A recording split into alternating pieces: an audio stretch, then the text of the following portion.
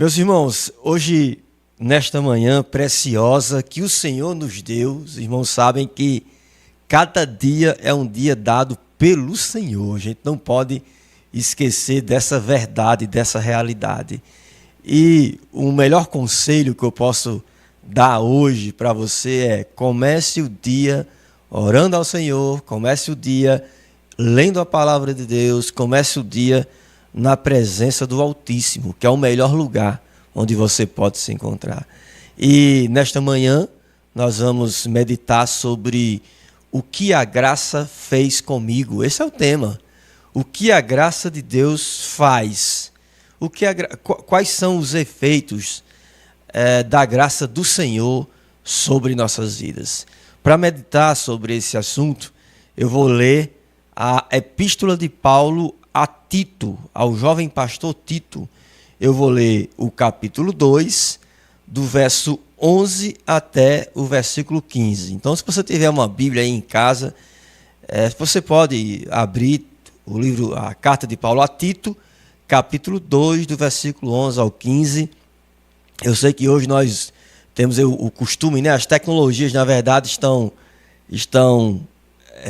cada vez mais presentes na nossa vida, e nós temos o costume de usar o celular, enfim, usar um tablet, mas eu acho tão interessante usar o livro e de preferência com uma caneta, um lápis na mão. É interessante você marcar as palavras. Você pode fazer isso digitalmente também, né? Mas é só uma preferência. O importante é que os irmãos acompanhem o texto comigo. Tito capítulo 2, versículo 11, Paulo escreveu assim: porquanto a graça de Deus se manifestou salvadora a todos os homens, educando-nos para que, renegadas a impiedade e as paixões mundanas, vivamos no presente século sensata, justa e piedosamente, aguardando a bendita esperança e a manifestação da glória do nosso grande Deus e Salvador Jesus Cristo, o qual a si mesmo se deu por nós, a fim de remir-nos de toda a iniquidade e purificar para si mesmo um povo exclusivamente seu, zeloso de boas obras. Dize estas coisas, exorta e repreende também com toda a autoridade, ninguém te despreze. Amém. Que o Senhor aplique essa palavra na nossa consciência, no nosso coração. Então, Paulo escreveu essa carta, a carta a Tito, por volta do ano 62 e 64 depois de Cristo. Paulo havia sido preso em Roma e, quando foi liberto, foi para as regiões da Macedônia, e na Macedônia soube do que estava acontecendo na cidade, na região de Creta, da ilha de Creta, e ele dá algumas orientações ao obreiro que estava lá. E esse obreiro era um jovem chamado Tito. Assim como a primeira e segunda carta a Timóteo, a carta a Tito é chamada de epístola pastoral. Então, existem 3 epístolas pastorais na Bíblia, que são 1 Timóteo, 2 Timóteo e a carta a Tito. E essas epístolas, elas direcionam o obreiro, aquele que está servindo a Deus, sobre a liderança da igreja. Como pastorear a igreja do Senhor? Como se relacionar com as autoridades? Como se comportar diante de uma cultura pagã, diante de uma cultura que não teme ao Senhor?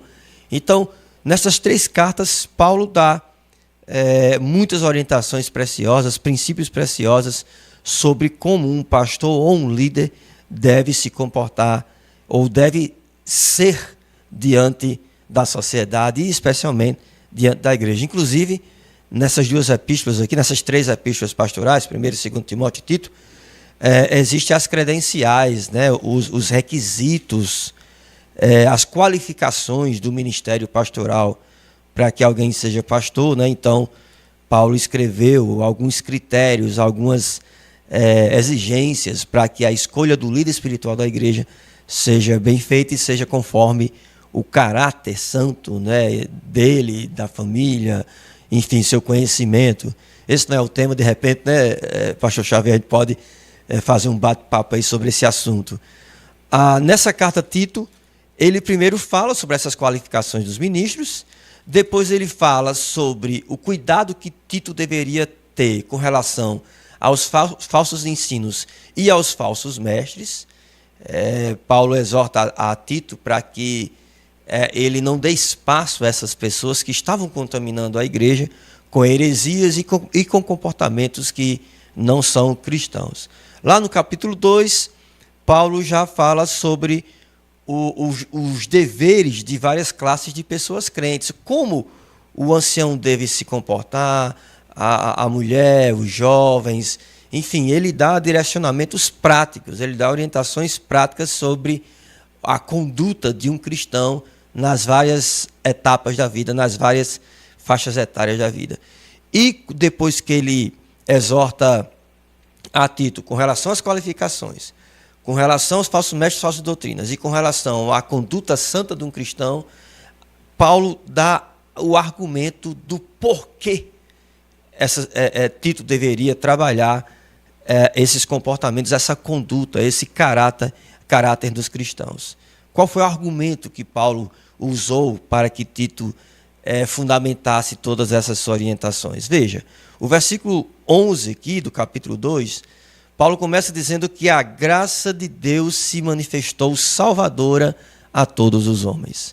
A graça de Deus, ela se mostrou a todos os homens, de todas as culturas, de todas as idades.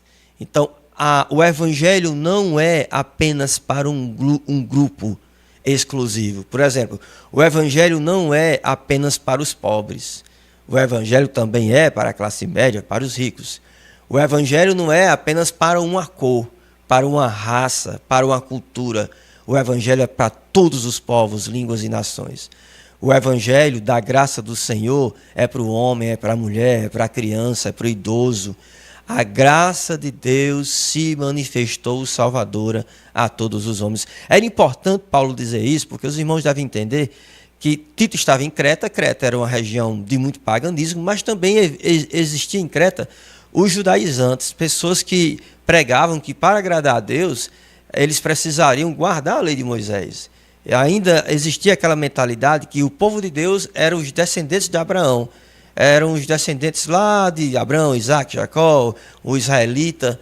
Só que quando Paulo diz a Tito, olha, a graça de Deus se manifestou a todos os homens, e não só os judeus, não só os da linhagem de Abraão, mas a todos os homens. Inclusive, Paulo poderia colocar aqui os pagãos da ilha de Creta. Então, Paulo diz claramente que a graça de Deus se mostrou salvadora a todos os homens. Qualquer pessoa que se arrependa dos pecados, qualquer pessoa que se dobre diante de Cristo, reconhecendo que é um pecador miserável, que precisa da salvação, essa pessoa pode experimentar da graça do Senhor. E uma coisa maravilhosa, pastor Xavier e todos os irmãos que estão nos acompanhando, é que a graça de Deus não apenas nos salva. A graça de Deus, além de ser uma graça salvadora, é uma graça educadora. Olha que bênção, pastor.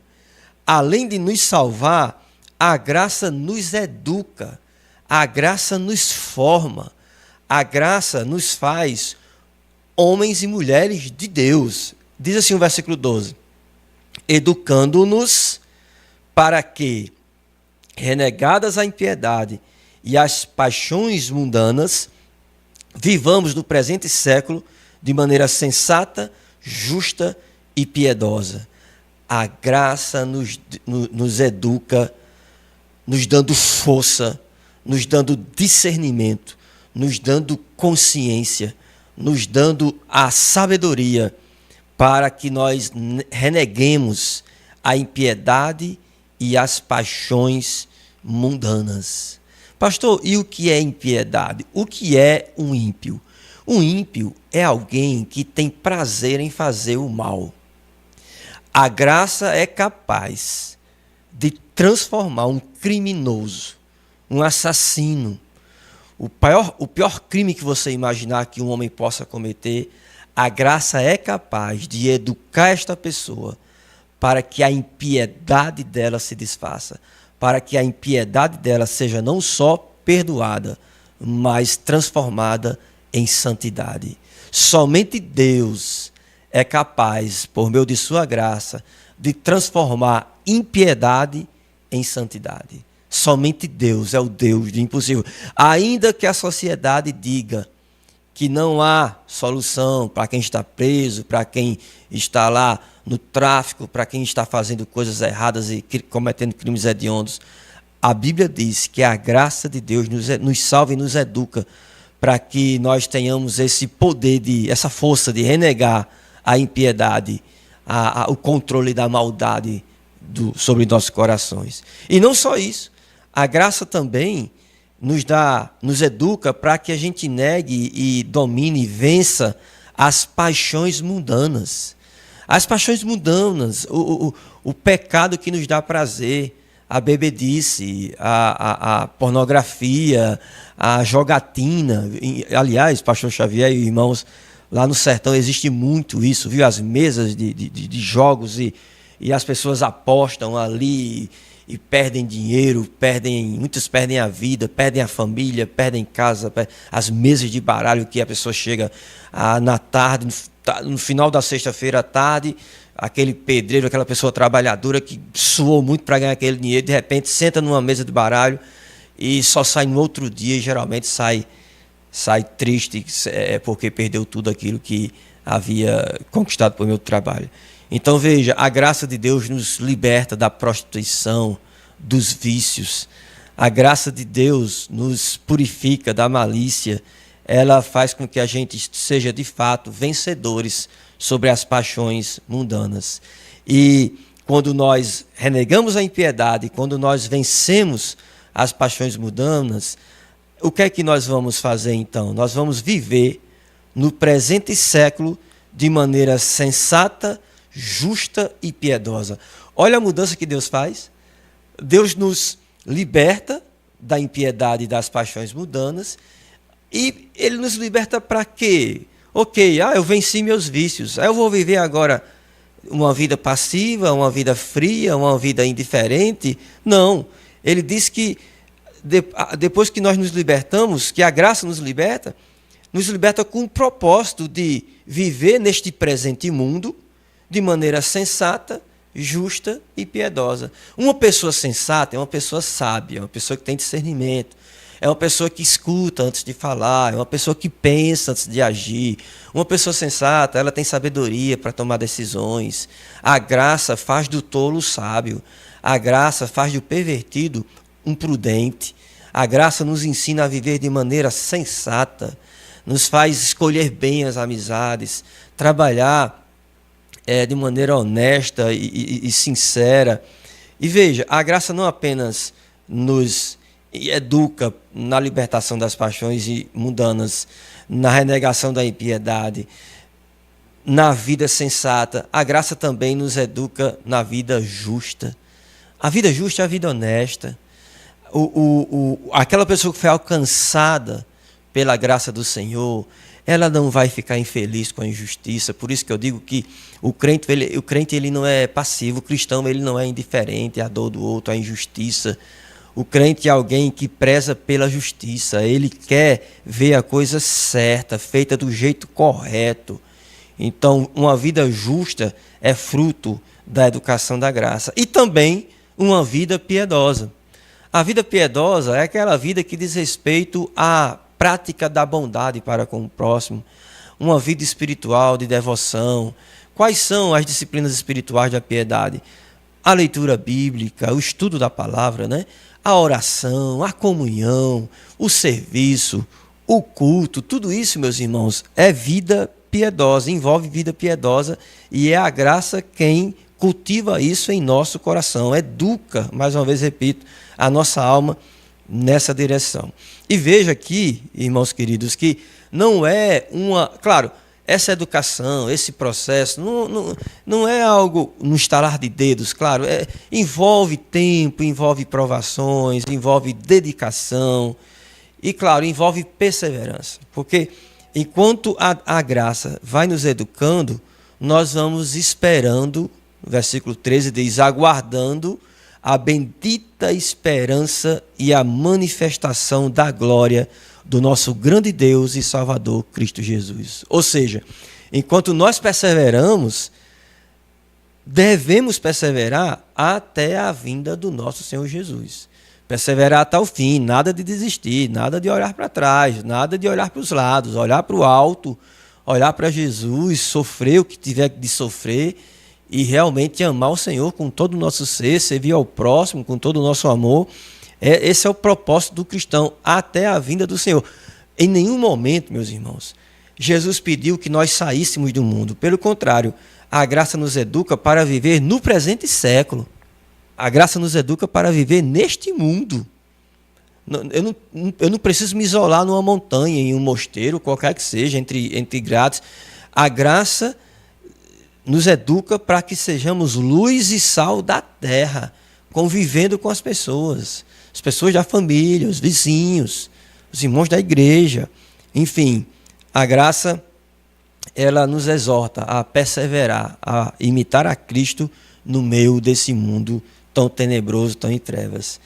E uma expressão bonita, inclusive tem uma preciosidade teológica muito grande, porque na carta a Tito, Paulo chama Jesus de Deus e Salvador. Não é a primeira vez que Paulo usa a expressão. Versículo 14, aliás, versículo 13 ali, né? Da glória do nosso grande Deus e Salvador, Cristo Jesus. Jesus não é apenas um homem, não foi apenas um homem equivalente a Adão, não. Jesus é Deus, é o nosso grande Deus e Salvador. Versículo 4 diz o que foi que Jesus fez, o qual a si mesmo se deu por nós. Jesus se deu por nós. É um sacrifício substitutivo, vicário.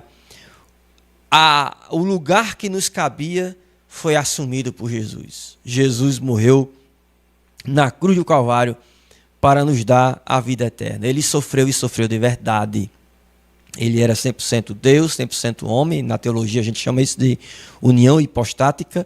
E o fato é que ele sangrou, ele foi humilhado, ele foi esmagado, moído por causa de nossas iniquidades. Ele deu a si mesmo por nós. Com qual propósito? Com o propósito de remir-nos de toda iniquidade e purificar para si mesmo um povo exclusivamente seu, zeloso de boas obras. Jesus não morreu apenas para nos salvar. O texto diz que Jesus morreu para remir-nos de toda iniquidade e também para purificar a nós enquanto povo exclusivamente seu, um povo que deve ser zeloso de boas obras, tá certo? O verdadeiro crente, ele é zeloso de boas obras. O verdadeiro crente, ele tem aquela preocupação de agradar a Deus e de dar um bom testemunho na sociedade. O verdadeiro crente, ele tem que ser um bom filho, um bom esposo, uma boa esposa, um bom aluno, um bom funcionário, um bom vizinho, um bom comerciante, um bom negociador. Ele tem que ser zeloso de boas obras. Ele tem que realmente ser alguém que preze pela ética. Ele tem que ser, como eu disse, luz no meio de trevas. Então, quando você vê algumas pessoas que se dizem cristãs, mas que fazem tudo errado, você está ali na frente de um falso cristão. O verdadeiro cristão, ele é zeloso de boas obras. A gente tem visto aqui, hoje, atualmente, no nosso país, muitos artistas famosos, né, se convertendo ao mundo evangélico, se batizando nas águas do Jordão. Só que quando você vê essas pessoas, peraí, tem alguma coisa errada. Ela está falando de Jesus seminua em cima de um trio elétrico, cantando músicas que são totalmente contrárias ao que Jesus ensina. Então, não houve mudança, não houve transformação. Então, não. O evangelho, a graça, como o texto diz aqui, a graça salva e educa. A graça do Senhor salva e educa. A graça não apenas nos perdoa os pecados, a graça nos livra dos pecados. A cada dia a gente vai mortificando a nossa carne, a cada dia nós vamos vencendo aquilo que nos escraviza. Como eu disse, é um processo lento, doloroso, mas é um processo real e verdadeiro, a tal ponto que a gente alcance a maturidade espiritual. E claro, a nossa plenitude espiritual nós vamos ter quando chegar na presença do Senhor nos céus, na glória celestial. Aí sim nós vamos ter os pecados perdoados e nosso ser transformado por inteiro. Mas até lá nós vamos vivendo essa experiência de mudança, de transformação. O que roubava não rouba mais, o que traía não trai mais, o que mentia combate a mentira, o orgulhoso vai se transformando humilde, o arrogante vai se tornando um servo, o vaidoso vai se escondendo por trás da cruz, e assim Jesus ele vai se fazendo real e se mostrando por meio da transformação que ele mesmo opera em nós. Por fim, Paulo diz assim ao jovem Timóteo, eu acho bonito aqui, pastor Xavier, essa expressão de Paulo a Timóteo: diga estas coisas. Timóteo, não tenha medo, Timóteo, diga estas coisas, exorta e repreende também com toda a autoridade. Então, Paulo, ele não está preocupado em agradar pessoas. Paulo, a primazia das atitudes dele, do discurso dele, está em agradar a Deus. Por isso que ele diz a Timóteo, exorte, porque Paulo sabia, como eu disse logo na introdução, que a ilha de Creta tinha muito paganismo e os cretenses eles eram conhecidos pela violência, pela desonestidade. Era uma cultura altamente imoral, a cultura dos cretenses. Só que Paulo diz, olha, não tenha medo, eu sei que você está numa cultura que vai totalmente contrária do que a gente ensina, mas não tenha medo, exorte, repreenda com toda a autoridade. E vale dizer, meus irmãos, que Tito era jovem como Timóteo. E ele diz, ninguém te despreze. Porque Tito, como Timóteo, talvez poderia dizer assim, mas Paulo, eu não passo de um jovem. Eu sou muito novo, Paulo, para estar corrigindo as pessoas. Tem anciãos aqui, tem mulheres que poderiam ser minha mãe, tem jovens que poderiam ser minhas irmãs. E que autoridade eu vou ter? A autoridade dada pela palavra de Deus. Então nós não devemos, nesse sentido, ter medo de dizer o que Deus diz. Pelo contrário, nós devemos pregar a palavra de Deus e pregar com autoridade. Autoridade não é autoritarismo, autoridade não significa violência, autoridade é firmeza, autoridade é quando você conquista o direito de ser ouvido pela sua vida, pela sua conduta, aí sim. Então, Paulo deu essa exortação que também serve a cada um de nós, os irmãos que trabalham com ensino na igreja, com pregação. E por fim, meus irmãos, é isso. Nós temos que desfrutar da graça que nos salvou, todos os dias agradecermos a Deus por tantas bênçãos que Ele tem derramado, bênçãos espirituais nas regiões celestes, a certeza da vida eterna. Nós temos que agradecer a Deus, mas sobretudo também, não mais, mas sobretudo nós devemos revelar essa gratidão por meio de uma conduta que agrade a Deus. A graça salva e a graça educa. E educa para que nós sejamos conforme Cristo, que é o nosso mestre, que é o nosso modelo maior. Então que Deus abençoe sua vida, abençoe sua manhã, que essa graça esteja presente em sua vida, dando-lhe convicção de vida eterna e também incentivando você a viver uma vida que agrade a Deus em todas as áreas. Amém? Louvado seja Deus. Vamos orar. Pai querido, nós queremos te agradecer por essa palavra que o Senhor nos trouxe esta manhã, uma palavra que com certeza é desafiadora e também consoladora, porque o Senhor é o nosso Salvador, o nosso Deus e Salvador Jesus Cristo nos deu a certeza de vida eterna quando morreu na cruz do Calvário. Quando nos entregamos a Ele, ó Deus, sentimos essa paz e essa alegria espiritual. Também, Pai, pedimos que o Senhor continue a obra que o Senhor começou desde o dia em que nos convertemos, Pai.